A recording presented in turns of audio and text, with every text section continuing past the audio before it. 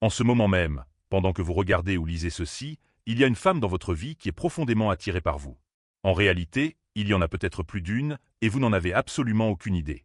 Elle ne garde pas cela totalement secret. Elle vous envoie des signaux. Des signaux clairs, cohérents et délibérés. Le genre de signe qui, si vous entraîniez enfin vos yeux à les voir, révolutionnerait complètement la perception que vous avez de vous-même et votre façon de naviguer dans chaque interaction avec les femmes pour le reste de votre vie. Le temps que vous finissiez de regarder cette vidéo, vous ne verrez plus jamais vos dynamiques sociales de la même manière. Mais je dois vous mettre sérieusement en garde à propos du signe numéro 6. C'est celui qui se produit entièrement derrière votre dos, celui que vous n'étiez jamais censé découvrir. Quand je vais décortiquer celui-là, chaque interaction confuse de votre passé va soudainement prendre tout son sens. Ne passez pas à la suite. Chacun de ces signes s'appuie directement sur le précédent, et l'image globale ne prend son sens que lorsque vous comprenez comment ils se connectent les uns aux autres. Signe 1, la proximité calculée. Commençons par le comportement qui se produit avant même qu'un seul mot ne soit échangé. Imaginez la scène. Elle est à une fête ou à un événement social bondé. Il y a 40 personnes dans la pièce, plein d'endroits où se tenir, d'innombrables groupes à rejoindre et des coins libres à occuper. Pourtant, d'une manière ou d'une autre, elle ne cesse de se retrouver près de vous. Elle n'est pas debout juste à côté de vous, mais elle est systématiquement proche. Elle se place assez près pour exister dans votre orbite immédiate, mais juste assez loin pour que cela n'ait pas l'air intentionnel. C'est ce que les psychologues appellent la proximité calculée ou manufacturée, et c'est l'un des signaux d'attraction préverbaux les plus fiables qui existent chez l'être humain. Une femme qui est attirée par vous va, inconsciemment ou consciemment, fabriquer des excuses pour occuper votre espace physique. Elle va soudainement avoir besoin de prendre un verre sur la table juste derrière vous. Elle va trouver une raison d'entamer une conversation avec quelqu'un qui se tient à seulement quelques pas de votre groupe. Elle va se déplacer vers un endroit qui la force à être directement dans votre champ de vision, même si cela signifie abandonner une excellente conversation à l'autre bout de la pièce. Le génie absolu de cette stratégie est que chacun de ces mouvements s'accompagne d'une déniabilité plausible intégrée. Si on lui pose la question, elle peut facilement dire « je prenais juste un verre »,« je disais juste un petit bonjour à un ami » ou « j'aimais bien l'énergie par ici ». Techniquement, elle ne ment jamais, mais la tendance générale révèle sa véritable histoire. Astérisque une fois, c'est une coïncidence point. Astérisque 2 fois, c'est intéressant point. Astérisque 3 fois, c'est une décision définitive point. La raison pour laquelle la grande majorité des hommes passent complètement à côté de cela est qu'ils attendent une évidence. Ils attendent qu'une femme marche directement vers eux, leur tapote l'épaule et se présente. Mais ce n'est tout simplement pas ainsi que la plupart des femmes fonctionnent. La plupart des femmes ne viennent pas vers vous, elles viennent près de vous. Elles réduisent la distance physique, préparent le terrain, puis elles attendent. Elles attendent que vous remarquiez. Elles attendent que vous fassiez le premier pas. Elles attendent que vous combliez ce dernier petit fossé entre la proximité et la conversation. Elle dit son au revoir formel, mais ajoute immédiatement un « Oh, une dernière chose » concernant un sujet qui aurait facilement pu attendre la semaine prochaine. Elle s'éloigne à un rythme remarquablement lent, où elle fait quelques pas puis retourne la tête pour vous regarder une dernière fois. L'au revoir qui s'éternise est la manière non parlée d'une femme de vous dire « Je ne suis tout simplement pas prête à ce que cette interaction avec toi se termine ». Ce qui rend ce comportement si incroyablement révélateur, c'est qu'il se produit au moment exact où la convention sociale lui accorde la totale permission de partir. Elle a toutes les raisons valables de s'en aller proprement. La conversation a atteint sa conclusion naturelle. Partir à ce moment-là serait perçu comme complètement normal, poli et attendu. Pourtant, elle résiste activement au départ. Même si ce n'est que pour 30 secondes supplémentaires, elle reste ancrée en votre présence. Ces 30 secondes supplémentaires signifient absolument tout parce qu'elles sont entièrement volontaires. Elles ne sont absolument pas nécessaires au contrat social. Elles sont consciemment choisies. Dans ces brèves secondes prolongées, elle vous communique quelque chose qu'elle n'aura probablement jamais le courage de formuler à haute voix. Elle vous dit que votre présence est quelque chose dont elle veut plus. Elle vous montre que quelles que soient les émotions positives qu'elle a ressenties pendant votre interaction, elle n'est pas prête à les lâcher pour l'instant. S'éloigner de vous demande un petit effort de volonté émotionnelle qu'elle n'a pas pleinement envie d'exécuter. La plupart des hommes passent complètement à côté de cela parce que leur esprit est déjà projeté vers la tâche suivante de leur emploi du temps.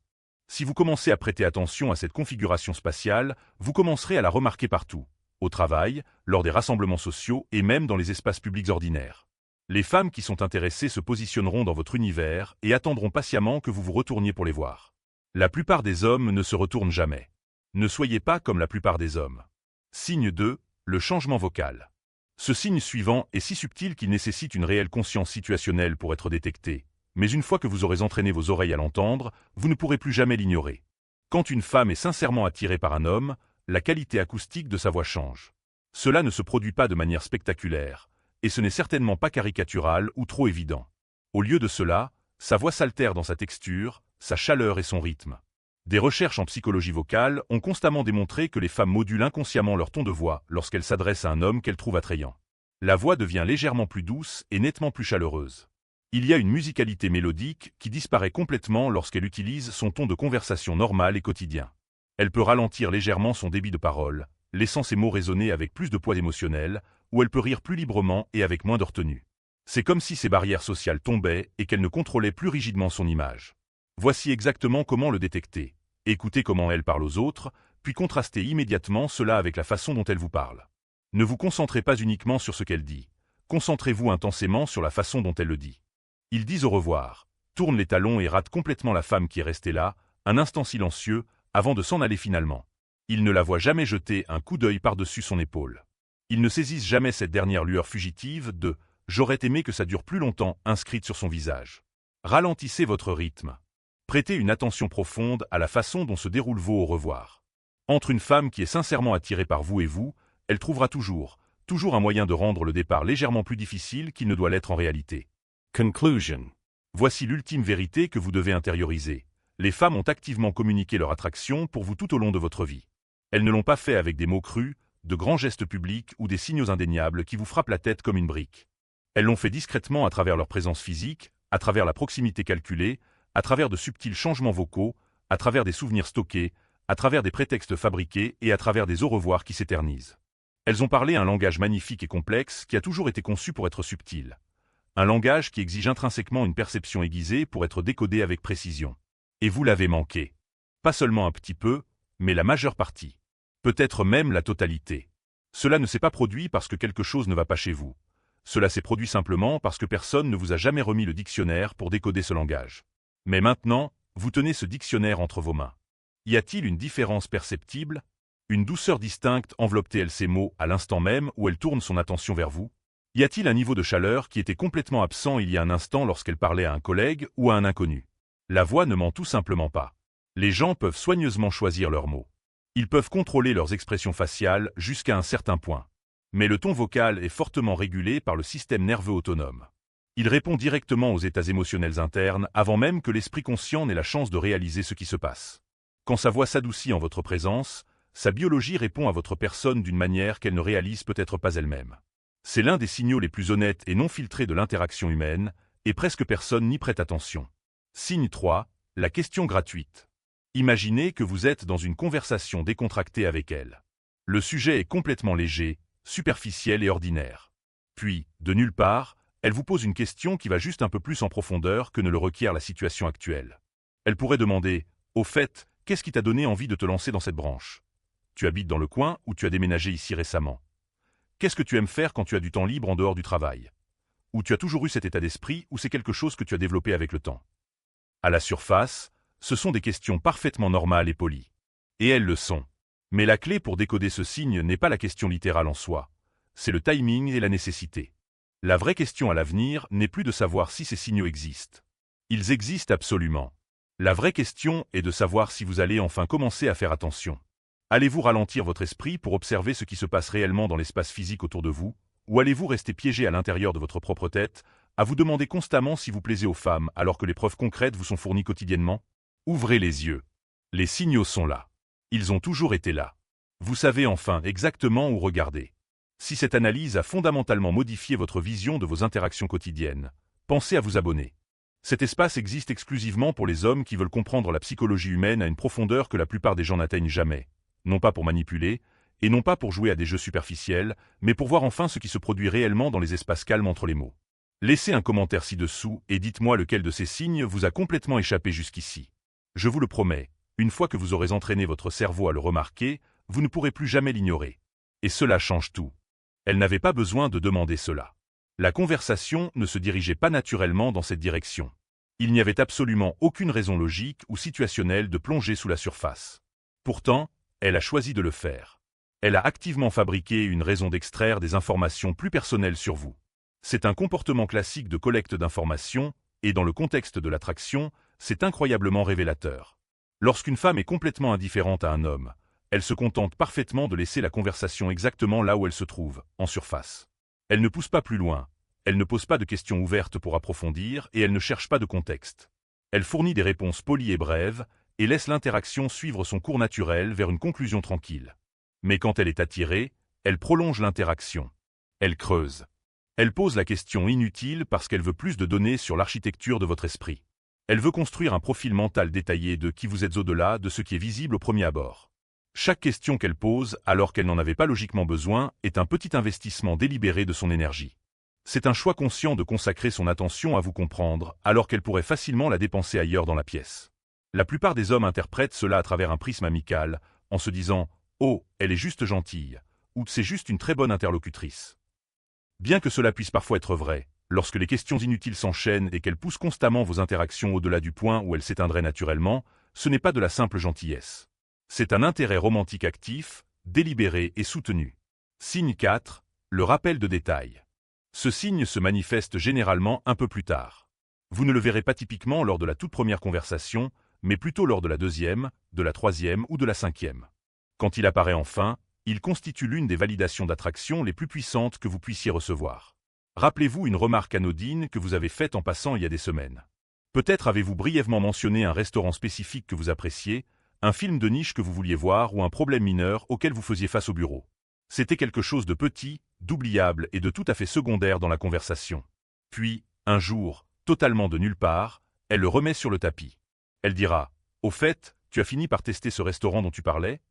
Comment s'est terminée cette histoire au travail ? Ou j'ai vu une bande-annonce pour ce film dont tu parlais l'autre jour et j'ai immédiatement pensé à toi. » Arrêtez-vous et analysez. Ce n'est pas parce que le contenu de la conversation était révolutionnaire. C'est parce que la source de la conversation était importante pour elle. Vous étiez important pour elle. Pour cette raison, tout ce qui est lié à votre identité a été classé dans un tiroir premium de son cerveau, réservé aux choses qui comptent. Le rappel de détail est une femme qui vous dit efficacement sans mots « Je t'accordais une attention profonde, même quand tu pensais que personne n'écoutait. » Et si cela ne communique pas de l'attraction, rien ne le fera. Signe 5. La confidence protectrice. Voici un signe que presque tous les conseils de séduction grand public ignorent complètement. Et pourtant, c'est peut-être l'indice comportemental le plus profondément révélateur de toute cette liste. À un certain stade de vos interactions, elle choisira de révéler quelque chose d'intensément personnel. Il ne s'agit pas d'un partage superficiel. Cela renvoie directement au principe psychologique de déniabilité. Si elle se sent démasquée, elle peut toujours se retrancher derrière. « Oh, je pensais juste que ça t'intéresserait » ou « J'avais juste besoin d'un deuxième avis rapide ». Techniquement, elle ne ment pas. Elle pense en effet que cela vous intéressera, et elle accorde de la valeur à votre opinion. Mais la vérité plus profonde cachée sous le prétexte de surface est qu'elle voulait simplement vous parler. Elle voulait voir votre nom s'afficher sur l'écran de son téléphone. Elle voulait une excuse pour s'insérer dans votre esprit pendant quelques minutes dans la journée. Lorsqu'une femme génère constamment des raisons de vous contacter alors qu'elle n'en a absolument aucune obligation pratique, elle investit son temps, son attention et son énergie mentale dans le maintien d'un lien. Les êtres humains ne maintiennent que les connexions qu'ils apprécient activement.